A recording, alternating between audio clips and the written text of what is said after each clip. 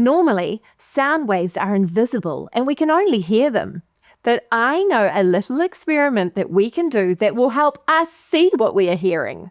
You'll need a bowl, plastic wrap, sprinkles, and a drum.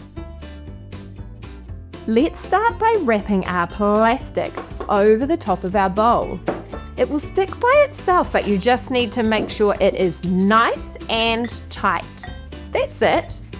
Now we'll take our sprinkles and put some on top of the plastic. Just like that. Now we're ready for our experiment. Watch what happens when I play my drum. Did you see that? The sprinkles moved. That's because sound waves make energy, and the energy from the sound waves is transferring to the plastic wrap, which is making the sprinkles move.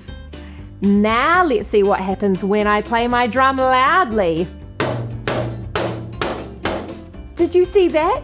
They really moved that time. That's because louder sounds make bigger sound waves, which makes more energy. Have a go at home. If you don't have a drum, you could use a spoon with a pot or even a baking tray.